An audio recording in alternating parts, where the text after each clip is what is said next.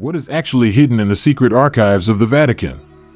Mystery and intrigue are inherent in the Holy See. People will always wonder what conspiracies the religious authorities are weaving behind closed doors and what treasures are hidden in the secret archives of the Vatican. Some claim that the Pope is hiding evidence of aliens and demons in the catacombs, but the existence of secret archives is a much more realistic matter. Therefore, it is also much more interesting. From letters written by historical figures such as Mary Queen of Scots and Abraham Lincoln to papal bulls excommunicating Martin Luther, the contents of the archives would be a real delight for any scholar. But these fascinating secrets are closely guarded. Because the truth is that for the Vatican, it is not possible evidence of aliens that would be compromising, but documents showing that the Church was complicit in Benito Mussolini's reign of terror and possibly Adolf Hitler's pogroms. The truth about the secret Vatican archive starts with a mistranslation from the Latin. The full name of the archives is Archivum Secretum Apostolicum Vaticanum. In Latin, secretum does not mean secret, as some would assume. As Wikipedia also mentions, a more accurate translation would be personal or private. In fact, the archives are made up of the private letters and historical documents of the popes of the last 4 centuries.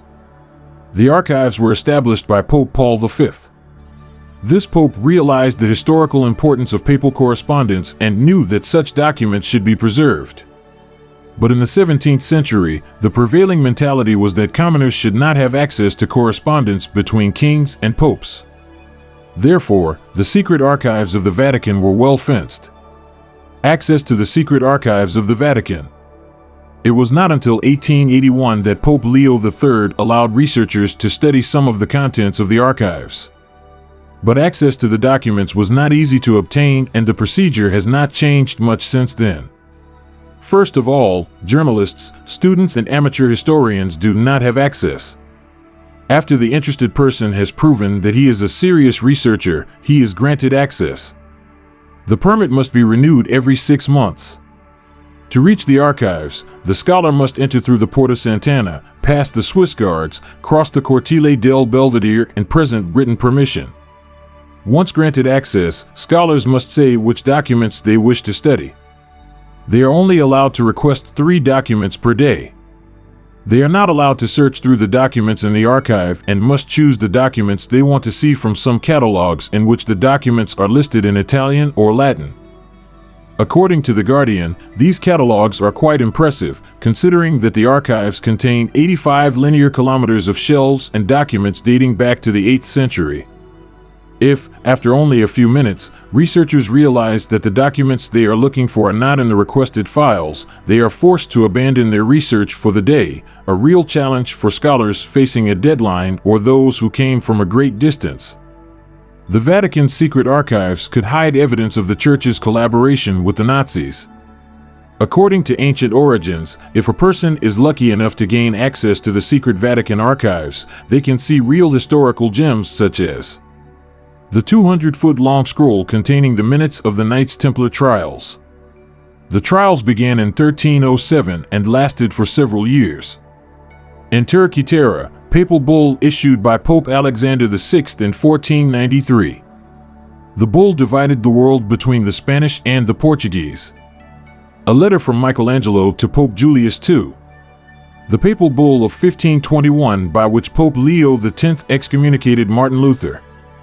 The 1530 petition sent by Henry VIII to Pope Clement VII asking the king to annul his marriage to Catherine of Aragon. The document contains the signatures and seals of over 80 English lords and clergy. The Pope refused Henry's request. A letter sent to Pope Sixtus VI by Mary, Queen of Scots, begging the Church to intervene before she was executed. Notes on the 1633 trial of Galileo Galilei. A letter to Pope Innocent X from Empress Helena Wang of China. A letter from Pope Clement XII to the 7th Dalai Lama. In the letter, the Pope asked for protection for the Franciscan missionaries in Tibet. Letters from Abraham Lincoln and Jefferson Davis, both written in 1863, both non-Catholics, asking Pope Pius IX to support the Union and the Confederacy, respectively. Pope Pius XII, in cahoots with the Nazis? According to The Guardian, David Kurtzer, a historian at Brown University, was able to examine documents from the reign of Pius XI, 1922 to 1939. He concluded that the Pope made deals with Mussolini to protect the Church's interests in exchange for keeping silent about the state's anti-Semitic policy, a conclusion contradicting the Church's version. Several groups are putting pressure on Pope Francis, asking him to release the documents related to Pope Pius XII, 1939 to 1958, so that the world will know for sure whether or not this Pius was in cahoots with the Nazis. Some say he supported Hitler either in a similar way to the Church's support of Mussolini, or in a much more substantial way. Others say the Pope acted against the Nazis and helped hide Jews and other targets of Nazi aggression. However, he admits that the secret Vatican archives is staffed by professionals and that there is a concern for serious historical work. In 2012, when the 400th anniversary of the archive was celebrated, 100 documents were put on public display in an exhibition called Lux in Arcana. What is one of the biggest secrets hidden by the Vatican? Well, if I told you, it wouldn't be a secret anymore, would it? Let's take a look at the power of the Vatican, the Catholic Church, which has done everything possible to defend this secret. Some voices say that Jesus was sent to Earth by an extraterrestrial intelligence to help people evolve. In the Vatican Church, there was a machine called chronovisor invented by a monk with which it was assumed that images from the past could be recorded. A camera that captured different moments in the past of human history. This device could only see into the past, but not into the future. The device also captured images of the crucifixion of Jesus. The chronovisor is a machine that captures images in the form of a hologram in a cylindrical space. After being convinced of the reality of the existence of the facts described in the Holy Scriptures, i.e., in the Bible, regarding the role of Jesus, and disturbed by certain truths that did not suit the churches, the papacy ordered the dismantling of the device in several pieces and its storage in several secret places so as not to it could never be redone. How did he find out about this secret? Well, all the detailed details are in the book called The New Mystery of the Vatican, published in Paris and signed by François Brun. It is said that the author's father, a famous French theologian, had a close friendship with the inventor of the chronometer. The author, holding several secrets about the device that can send man into the past, wanted to make them public and the secret of the Vatican to become available to anyone. The apparatus was composed of 3 parts, several antennas to capture light and sound, a receiver activated and directed by light waves, and an image capture system. It was based on the capture of visible and auditory wavelengths from the past. The greatness of the device was that it could recover lost energy with scenes that took place several centuries ago. In 1972, the Italian weekly Domenica del Corriere published an ad showing Jesus crucified on the cross. In the interview, Padre Ernetti declares that the image was captured with the chronovisor device. Padre Ernetti himself claims that he saw the agony on the Mount of Olives, the betrayal of Judas, in which the apparatus said that it was not exactly a betrayal but rather an agreement with Jesus to be handed over to the Romans, at which time many signs of question. Jesus' ascent to Golgotha and the way of the cross. Among other shocking revelations that escaped Vatican censorship would be the speech of Benito Mussolini, Napoleon, and Cicero, the Last Supper, the crucifixion and resurrection of Jesus, the destruction of Sodom and Gomorrah, the reception by Moses of the 10 Commandments. And in 1993, the Vatican ordered the destruction of the chronovisor because the truths could shake the history of mankind from its foundations. On April 8, 1994, Ernetti passed away. I would have been curious why they didn't look at how the man appeared. How were the pyramids built? The chronovisor is today a well-kept secret by the Vatican, in view of the historical and religious information that could become public. The Vatican covered up the true history of humanity before the Great Flood. The world before the Great Flood is one full of mystery and appears to have been altered by the Vatican to fit biblical ideologies, a strategy used to prevent the human race from interacting with alien races. From school and college, we were taught to believe that humans were once primitive, in the form of Neanderthals, but who then evolved into our current human condition. But the evidence suggests otherwise. Perhaps because the antediluvian civilization was seeded by an alien species. It is possible that these aliens created the early human populations to bring them to their present state, although the Great Flood wiped out much of this evidence. If the general public knew more about this earlier civilization, then maybe there wouldn't be so much manipulation. In addition, the pagan sites on which many churches were built served as portals for aliens to travel between Earth and their ancestral star systems in the universe.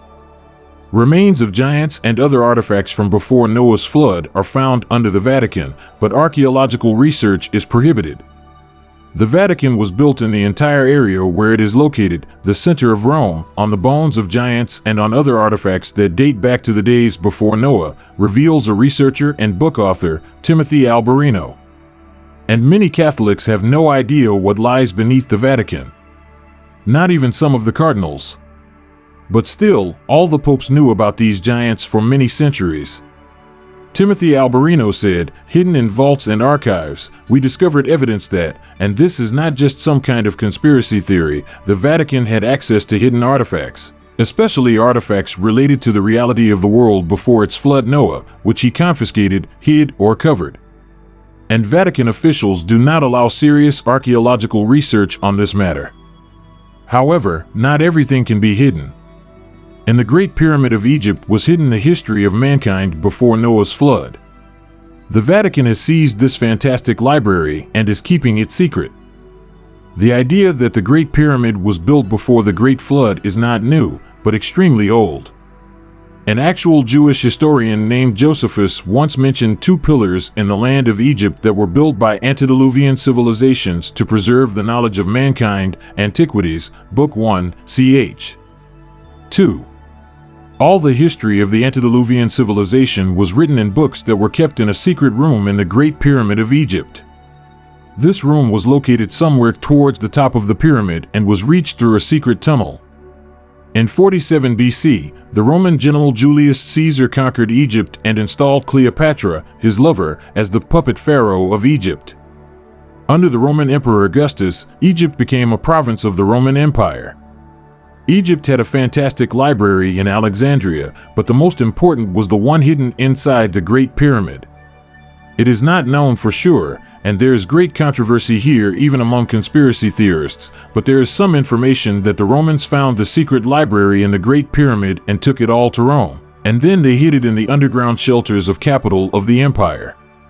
Later, when the Roman Catholic Church took power over Rome, it also took control of the secret library in the Great Pyramid in Egypt. According to the work Codex Vaticanus, the Spanish conquistadors fought an Aztec giant. The existence of giants is talked about thousands or tens of thousands of years ago, but what if you found these giants in relatively new historical documents, such as those from the 16th century? Thus, according to the Codex Vaticanus, a volume of texts written during the Spanish conquest of America, there is an interesting illustration of a group of Aztec warriors, with their intestines protruding, subduing a gigantic humanoid. The bottom of the drawing reveals the giant's name, Quinametzin, translated as one of the ancients.